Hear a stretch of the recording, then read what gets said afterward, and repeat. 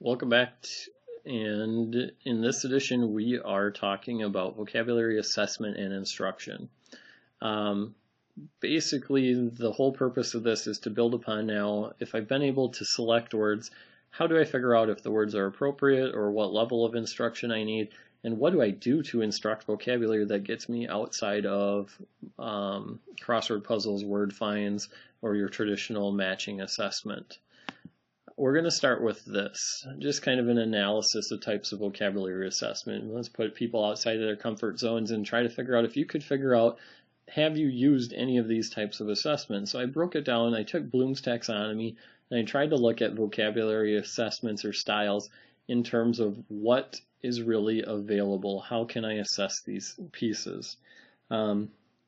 Remember back to the research PowerPoint that how vocabulary is assessed and evaluated can have differential effects on instruction according to the NRP, so therefore we need to know if I'm trying to assess at a higher level that I need to do a much better job of instruction to get students to that high level, and especially to an output level of evaluation or a synthesis level. Prior to focusing in on words you're going to teach, it's essential that you find out student prior knowledge. Most of the time, student prior knowledge could be by a pretest multiple choice matching if it's just a fact recall. A lot of times you're going to see a vocabulary rating scale, and I'm going to go through some of the assessments in a minute. The process of rating a word knowledge can identify words that may require fewer exposures and or fewer or just an introduction for you than those words where you have to take students to a deeper understanding. After teaching words, it's important that we assess also the true understanding of the word. If you only use tools that are multiple choice and matching, we're assessing basically a surface level understanding and just fact recall. We're not assessing anything with a true expressive vocabulary. We could even have students record a conversation would be at a much higher level, but I can't do that with only teaching at a low level.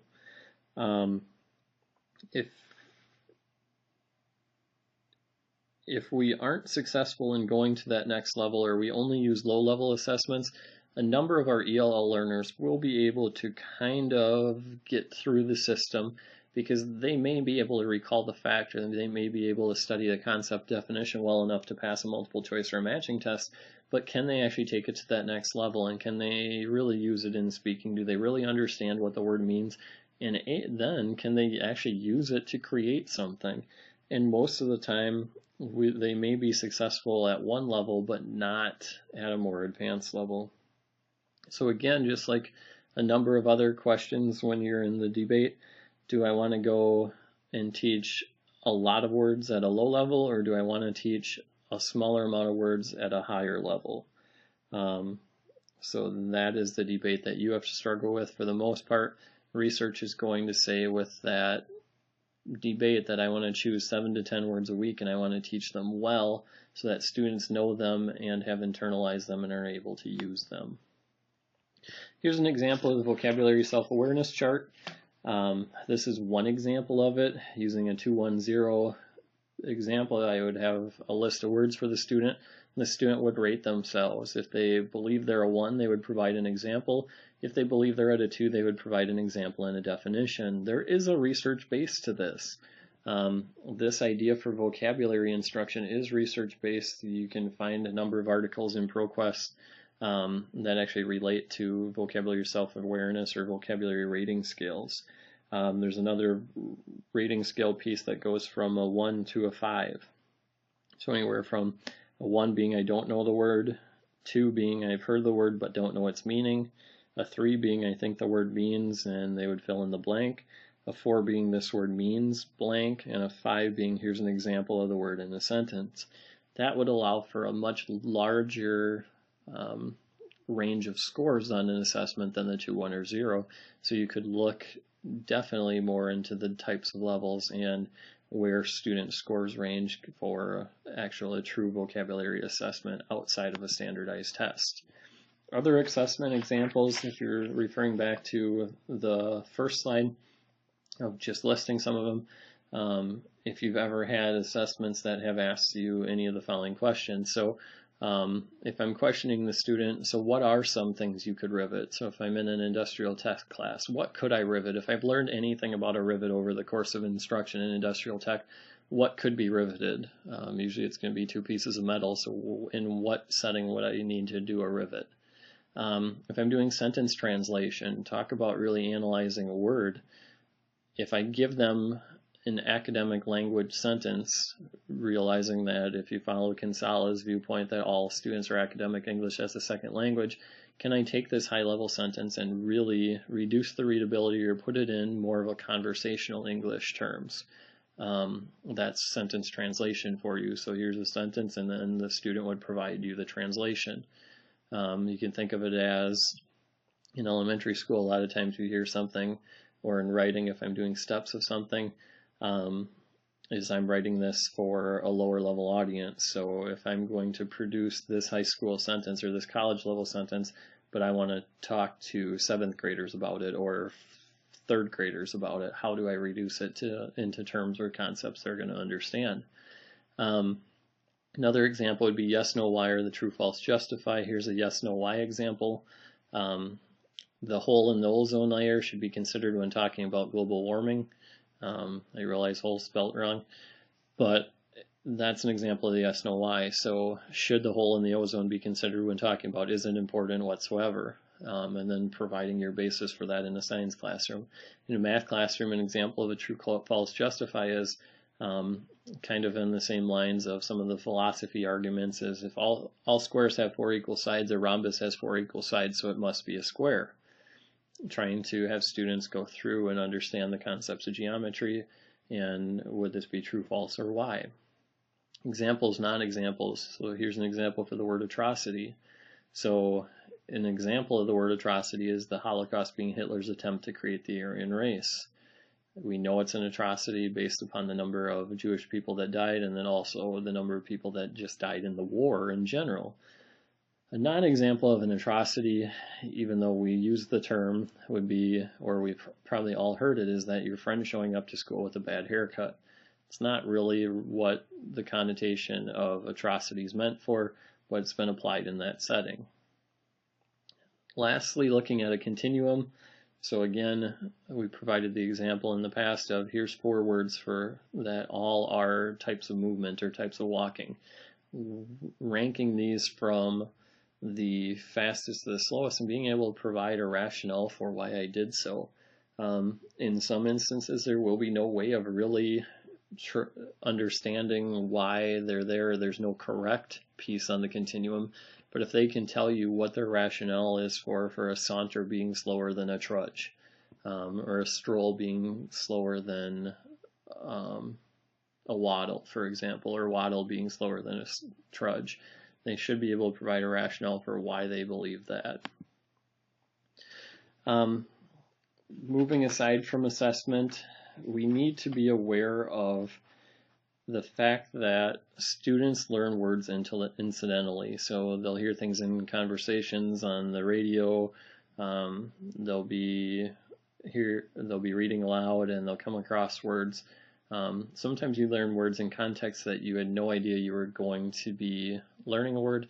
And I also learn a lot of words indirectly in these same ways, but I need to be able to help students figure out unknown words. So whether it's this incidental word learning that's happening or the indirect word learning. According to Beck and McCown, 15 out of every 100 unknown words we met in reading will be learned incidentally. So they're going to learn them, or we're expanding our vocabulary without any intention of learning words to begin with. A lot of times this happens through a lot of indirect exposures or just as a need in the text. We have to remember that sometimes students have heard the word but have never seen it in a text, and other times it's completely unknown to them. So they may have an idea or concept of the word, but they just haven't not encountered it at this point in time. We'll move on a little bit into, so with all this incidental word learning, indirect word learning we know about, Why is it not appropriate to use dictionaries? So if my only comment to a student in terms of indirect learning or incidental learning is, if you don't know the word, look it up, I'm going to fail students to a large degree. Let's start with what skills a student needs to be proficient with a dictionary. I know it's in the Old Minnesota the Old Minnesota English Language Arts students that by 4th grade students will be able to use dictionaries and apply principles. But they really do need a full alphabetic knowledge. They need to be able to syllabicate words in order to understand how to spell and to find them, to search for them in the dictionary. They need to know spelling by sound, as well as they need to know spelling patterns, because if they don't know spelling patterns and it's a multi-syllable word, a lot of times they won't find it by the pronunciation guide. So in reality, the schwa messes up a lot of things for dictionaries because every vowel can make the sound. So when I have that thrown in and a student's looking up the U every time they get to it and can't find the word because the vowel's not truly a U, how am I going to find this word?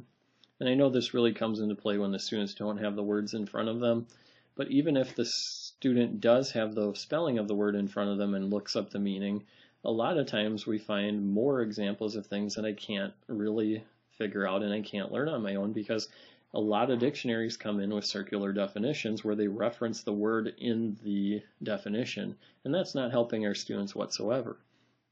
Also, we have pronunciation guides that are difficult to understand, so I may not be able to say the word even after encountering it in the dictionary or looking it up.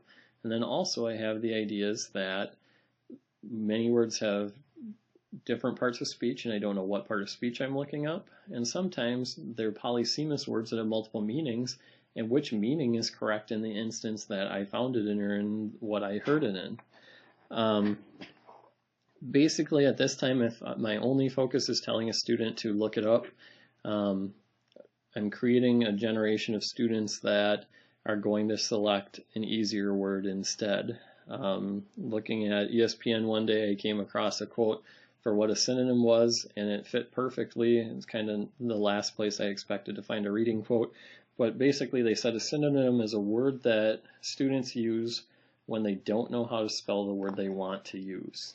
And that's usually true of many of our below level readers, or even just students that struggle with spelling, is that I'm going to choose the safer alternative that I know how to spell over a word that I don't. So a lot of times if you're going to tell me to look it up, I'm not going to do it, or I'm going to skip over it, and or I just won't use it in my writing if I don't know how to spell it. So moving on is, how do we support independence for students then? So if we know there's a lot of indirect learning, there's incidental learning, how can I take these ideas and put them into ways of helping students? If I have students using reciprocal teaching, we're using students that speak the same language, not the academic language that we speak, that they're speaking their own conversational language and can explain concepts to one another. This is why clarifying part of reciprocal teaching works, is they're speaking the same language. A lot of times students can explain a concept better than a teacher. If you think back to college in any of your math or statistics classes, what was one of the reasons why it was difficult is because a lot of times the professor's language was way above our level and they couldn't explain it in terms that you understood. Other ways outside of reciprocal teaching is we want to find quality dictionaries. If we're going to use dictionaries or make them a resource, we need to make sure that dictionaries are phonetic, just like spelling. So at least if we get students to spelling by sound, they will be able to have success and find the word they're looking for. And we need to make it an environment where the students feel safe to do so. I don't know how many times I've been told that, well, I gave the student this material or this Franklin Speller or this app for their iPod or iPad, but they won't use it. Well, we need to make it so all students feel comfortable. All students have the resources to use these. If we're truly gaining in vocabulary across our entire educational lifespan and across our entire life, we need to have these skills, and we all should be having these resources and use them and modeling them for students that, oops, I don't know what this word is, how do I figure it out? There are apps for iPods, iPads for the phonetic dictionaries. There's also tools that speak the words to the students, so if I do input the word, I know what it is. And then also there's online resources and dictionaries that have student-friendly definitions, so they are not circular. They're not using the word to define itself. Also, sometimes the bilingual dictionaries are helpful for students that actually do have a full grasp of their first language, or maybe better in their first language than their second language, if they know the written language as well. And then also you can have the visual thesauruses, which are actually very helpful to the number of students. If I'm looking at other things that may or may not cost money, word walls really are going to be an inexpensive use. Once I get a word wall up as a content area teacher, students can know, if we actually refer to the word wall consistently, where a word is that I can use in this particular instance, or I can have my own word wall in my notebook. That's why, again, personal dictionaries are useful, that if I have students doing a vocabulary notebook or their personal dictionary and they're keeping track of words that they want to know, they're going to refer back to it. And if we make it a safe environment to do so, that's great. Handing out all students the list of commonly misspelled words or something like that, where if we had a list of the misspellings and everyone felt comfortable using it, I don't have to single out a student that's struggling. Synonym finders in the classroom work great. They're a little expensive, depending on the one you get, at probably $30 to $70 a piece, but students sometimes feel very successful being able to refer to those and to use a higher level language, and it actually helps in story construction time and things like that. Franklin Spellers, again, sometimes they're a cheaper resource. The ones that speak are a more expensive resource. But we have found out the Franklins work well when students use them. But we have been referring students to the thesaurus for synonyms instead of definitions, because sometimes their definitions, again, are circular. And one of the last things we really want to focus on in our context clues. Context clues are so inefficient that, yes, we can teach them how to do it, but if they're successful less than 10% of the time, it can't be our only strategy to focus on.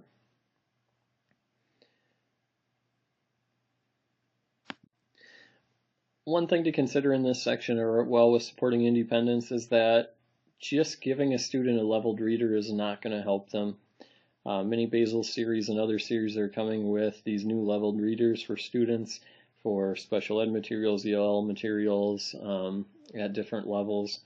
The one thing we know about reducing readability is that most textbooks companies are really cheating our students. By reducing sentence length, using lower level synonyms with not necessarily the same connotation, denotation, and other techniques that are used to reduce readability, we actually have an adverse effect of usually increasing the complexity of the text.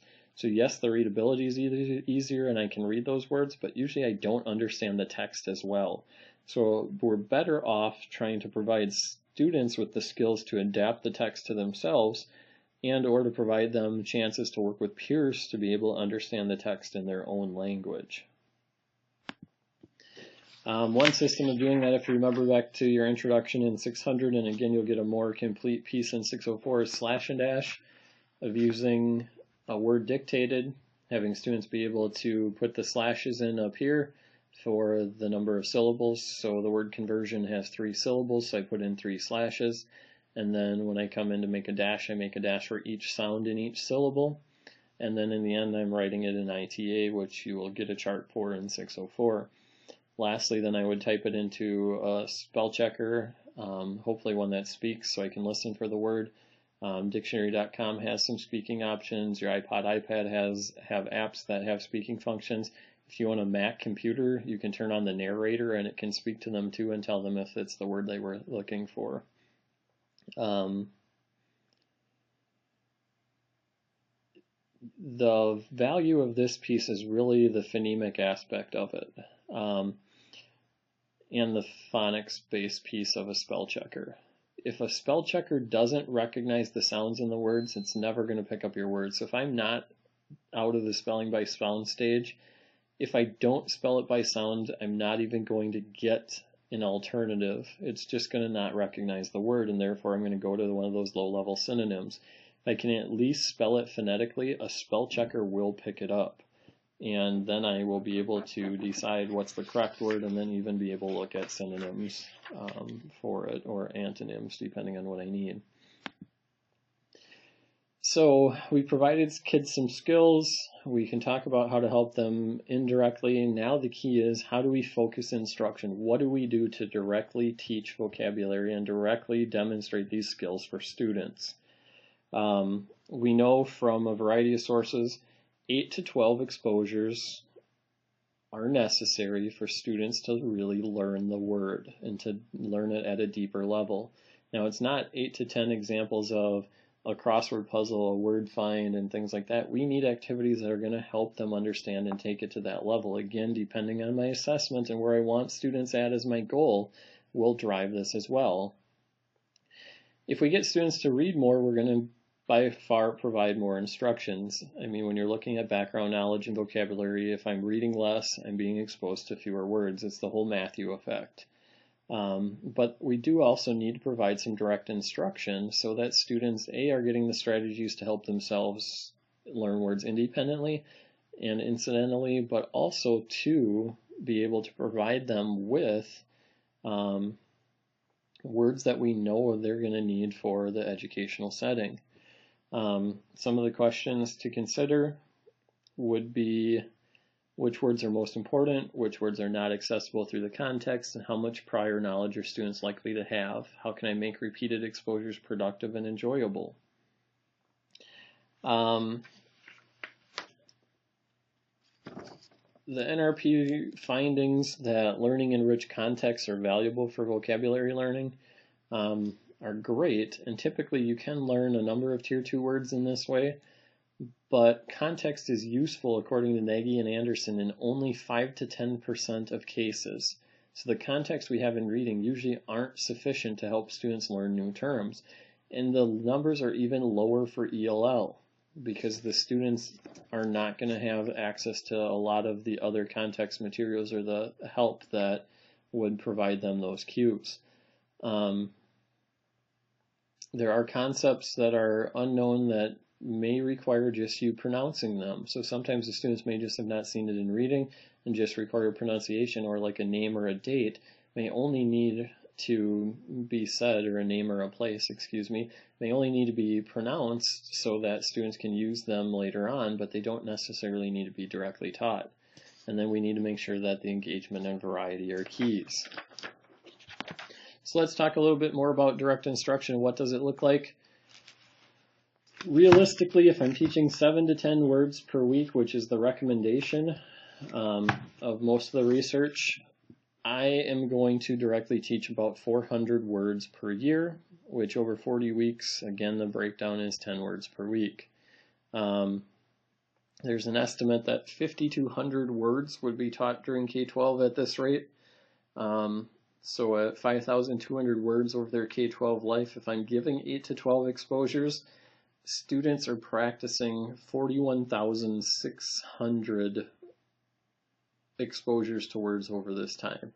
So we really need to be looking at how much time should vocabulary take. So remember, back to the first PowerPoint, that only 5 to 10% of our day is spent teaching vocabulary. If I'm going to provide 41,000 exposures to words over their K-12 career, how much time should vocabulary really take? So let's begin with what a sequence may look like. One of the most important aspects of teaching vocabulary is introducing new words. So vocabulary learning should entail active engagement in the learning task. We know this from the NRP. We may not need to directly teach all words, but we probably need to introduce a lot of words. And maybe introduction's enough, and then it may not be important enough to come back to.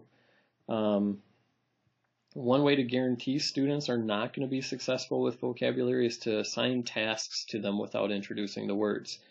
So if I just assign them, here's the list of words, I want you to go look them up, and then we're going to test on these at the end of the week, I'm not doing anything for vocabulary. If it's important enough for me to make an activity about and teach, I need to take the time to introduce the words thoroughly and make sure the students understand them before I assign them any sort of task. It shouldn't take an entire period to introduce words. You want to be succinct in what you're doing. But we need to spend enough time to make sure that we scaffold students for success and help aid them with any independent practice. Like many activities we have talked about or you've learned about over time, we want to gradually release responsibility. So it may start with you modeling, some practicing together, some practicing in a small group, practicing alone, and then you demonstrating your knowledge. But in terms of a sequence of introduction, we want to make sure that we help students decode. So again, some of the ideas like of slash and dash would be getting into that syllabication and chunking, making sure I know that how many syllables are in the word variability, or Tenochtitlan if that is my place I'm introducing, and I may just introduce and not teach. But we need to help students decode. Vocabulary in the context, we need to be providing students not only our text examples, but also other examples so they can see it in a variety of settings. This is a great time to show them a couple examples, build some examples with them, talk to them about the difference between thick and thin sentences. Just because I can use the word in a sentence doesn't mean it makes sense or it's in a rich enough context for someone else to know what the word would mean. We also want to introduce the term in student-friendly definition and make sure that we can even have this picture prompt so that students are getting a visual matching. But we want to make sure that we introduce it in a way students understand. So like for the term variability, that they understand that it's a frequency of change or differences. And then if I'm moving on to a stage of providing some examples, non-examples, that I know that sand dunes are very variable, glaciers are very non-variable, providing those distinctions. So what can I do to provide my exposures then? We'll talk about it in an instructional sequence later on, but there are a variety of activities you can choose from. Again, you want to match the activity or the exposure method to the type of word you're using. Not all words work great for semantic mapping or morpheme analysis. That's why to choose one model of a Frere model or a word map is not going to do justice to our students. NRP finding dependence on one single vocabulary instruction method will not result in optimal learning. This is absolutely true. We need to make sure that we provide multiple ways for the students to learn, and the more methods we provide or the more in-depth we go with these methods, the more apt students will be able to use these when they're indirectly learning words. Well, there's many studies relating to learning styles. You don't have to agree one way or another with a learning style on this method. The thing we know from research is that some words fit one of these types better than others. Depending on the theme of words, actions may be more appropriate than words, so acting them out, which is one of the Monzo strategies that is in the book. Some words do not work to draw, so having a picture isn't necessarily something that's helpful. If you can't think of an example or non-example or synonyms and antonyms, you need to reevaluate why would I be choosing a Frere model, for example. So we really need to structure our students for success. So I just listed some of these. You should have read about semantic mapping in the NRP. There's resources for it, just graphic organizers. I listed the Monzo pieces you've read about, trying to provide some models of the Frere model and word map. On the second page, there's more. So there's more Monzo references. There's also more on like the four-square method or a word form chart, just providing you with a better background of what there are. So there are literally hundreds of graphic organizers available or different ways of doing vocabulary. We want to work smarter and not harder. In this case, we want to simplify things for ourselves and our students. So we need to be consistent across our content areas with our approaches so that we limit ourselves to a set number. So that in social studies, I don't use one type of organizer. In science, we use another. If we're trying to get to the same point, we should be using similar concepts. If we limit ourselves to 10 or so strategies, that's going to be great because then students will see them across the contents. It's not going to be something where a common thing is that a reading specialist introduces students to a method, they don't ever see it again in the content area, so they forget about it or don't use it. If the reading specialists and content area teachers work together to build a series of or set of strategies, then the students will see them across those contents and be able to apply them in other settings more freely. NRP found out computer technology can be useful to help vocabulary. So here's a couple examples of using the computer to help teach vocabulary. So creating some graphic and semantic organizers using the computer. If you go to Internet for Classrooms, there's a way to do it in Excel so that you don't have to buy Inspiration, Kidspiration, something like that. Everyone probably has Word in there, or the Microsoft Office edition in their schools, and so they should be able to use Word or Excel to do these same things. With the technologies standards we have, some students will connect better to this. We need to have multiple ways for students to produce work. Dr. Paula Talal's comment at a workshop I was at is that a teacher's job is to teach and a computer's job is to provide practice. So we need to let the computer provide practice. And once we've taught it, let's give students the way of using the computer to practice some of these things. Or if you have smart boards, there's ways of using your smart board to create a graphic organizer or do some sentence completion pieces. Other things you can use that are technology related would be something like WordSift, where I can type in an article or a student can type in a passage and it can pull out the concepts for them. So from I Have a Dream speech, freedom is one of the main concepts, and it comes out like kind of like a Wordle piece where its size is based upon frequency. But then it also gives me this concept map. Sometimes it'll give me pictures to go along with my concept map. Thinking about providing some accommodations for students, I can absolutely provide them a concept map to help them understand what it is. There's word maps as well. Sometimes multiple meanings can be confusing, so if I provide a word map of a word and I can highlight or draw reference to a specific meaning of the word and say, okay, these are other meanings for it, but at this point in time we're focusing in on this area, it can have a huge impact on students as well. So you've seen a variety of activities, you've read about some in Monzo, but what does vocabulary instruction really look like across a sequence? How do I do this?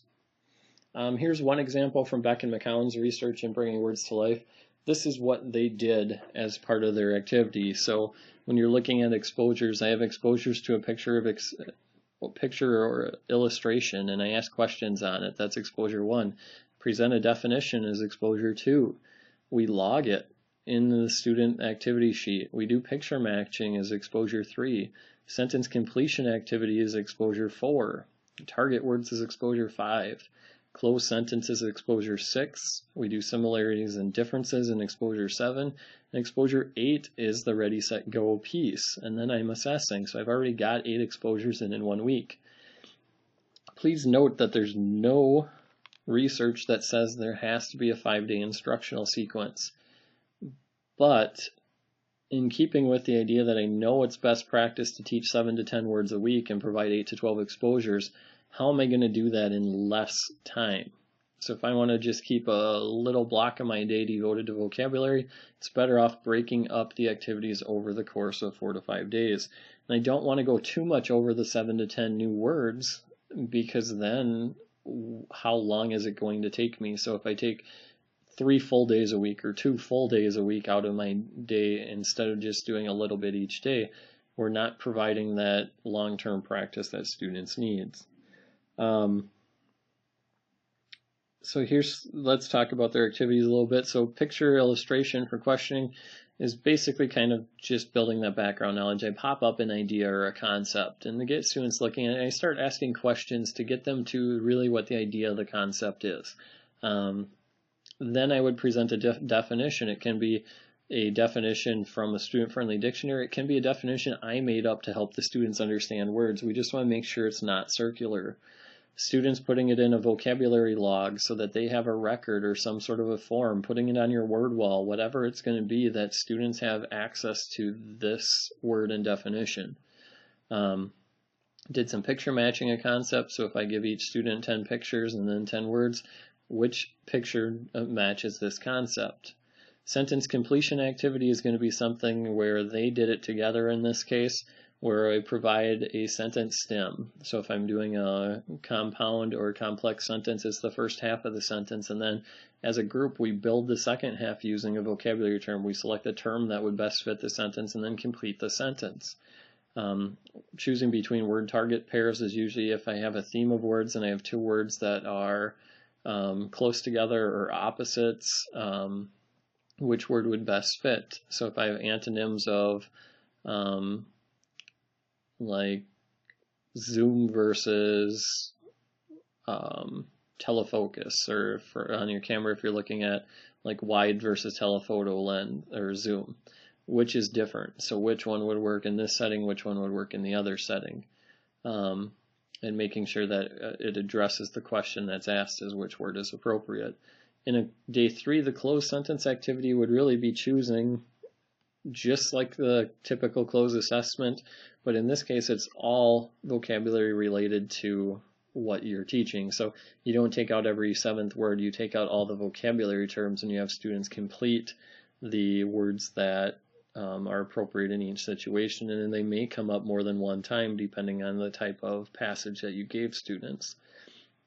Similarities and differences in word pairs, again, this works in some. It may not work in all. In this case, because they were tier 2 themed words, they did work, but it may be examples, non-examples, or synonyms, antonyms, types things to try to keep them looking at the word and how it's similar or different. Every thing that Beck and McCown have chosen to do always has a timed component into it too, to see that if students really know them and to what extent do they know them well. So can they do it? Are they automatic at these words? Have they developed automaticity of their vocabulary? So in Ready, Set, Go, you basically supply 4 different matching activities to the student. And lap 1 is sheet 1. So on sheet 1 I have all my concepts and I match them. Lap 2, I see them in a different order, I match them again. Same thing for 3 and 4, and I just time to see how quickly students can do this, and it's kind of a race to see how well they know their vocabulary. And then the last thing is assessment. Again, choosing the assessment that is going to be most productive or actually reach my goal. So if my goal is to have students at an evaluative level and I do a matching assessment, I'm absolutely not meeting my goal. So setting my goal and my assessments prior to, and having some sort of pre-assessment to help me decide, again, which words I need to just introduce or which words that students may already know, and then which words am I going to really focus in on, compared to then at the end seeing how well I did at instruction or how well the students have internalized the words. A different sequence that's not based upon days would be the Marzano steps from building academic vocabulary. And basically this is just a 6-step process of going through words. So by providing a description, explanation, or example of the new term, asking students to restate it in their own words, use a picture representation of the term. Again, you got to be careful with the pictures, because if it's a new term to student, will they have a picture? Is their picture going to be appropriate? Sometimes for multiple meaning words, we'll pick a picture that's for a different meaning and not really grasp the concept of the new word. So we just need to be careful with that. Step 3. Step 4 would be engage in periodic activities that help you add to their knowledge. Ask students to discuss terms with one another. We're seeing more and more of this being necessary with academic language, since our vocabulary levels are going down. Our conversational language does not use academic vocabulary. We need to be using academic vocabulary in conversations, and be requiring students to have conversations where they are actually using terms, just like Reading Powers, having students talk about connect and what does it mean, and using the language of connection. Step 6 is just periodic games that allow them to play with terms. So again, having fun with vocabulary, making sure that it's something that students want to do, want to develop, and are having fun with, that the words are interesting and useful to the students. But again, so it's not a 5-day process, but how could you do this over the course of a week would be what you'd be asking yourself. Lastly, in all the research I found, this is the only one I could find that actually was a 5-day sequence of skills. That was by someone else. So here's just a sample from Margarita Calderon of Johns Hopkins University. going through what her week looks like in terms of vocabulary. So they teach 6 words. She has a 7-step introduction process for those words.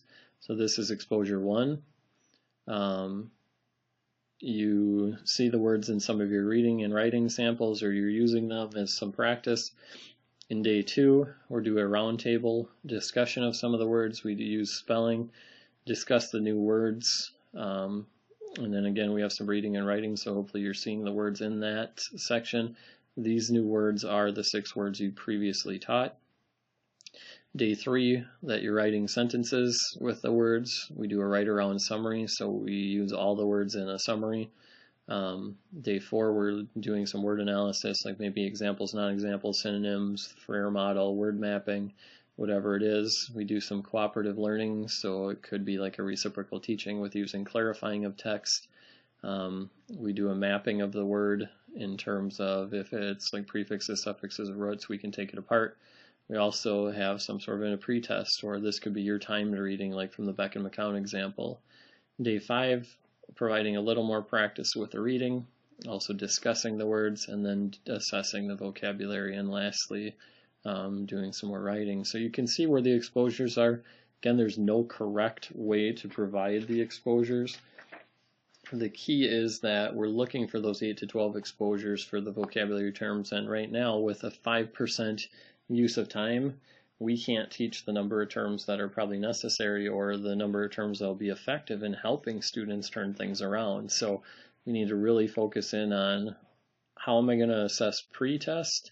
So even if I've analyzed 20 words, what words do I really need to teach so that I'm differentiating instruction to students at the levels they need it, and to make sure I'm taking each student from point A to point B, not some from the beginning to the end, and some students that are already starting at B and not furthering them. I want to make sure we're providing them things that they can use, and then also that we're providing them engaging activities and things that they'll be able to take and learn and implement into their own independent learning of vocabulary.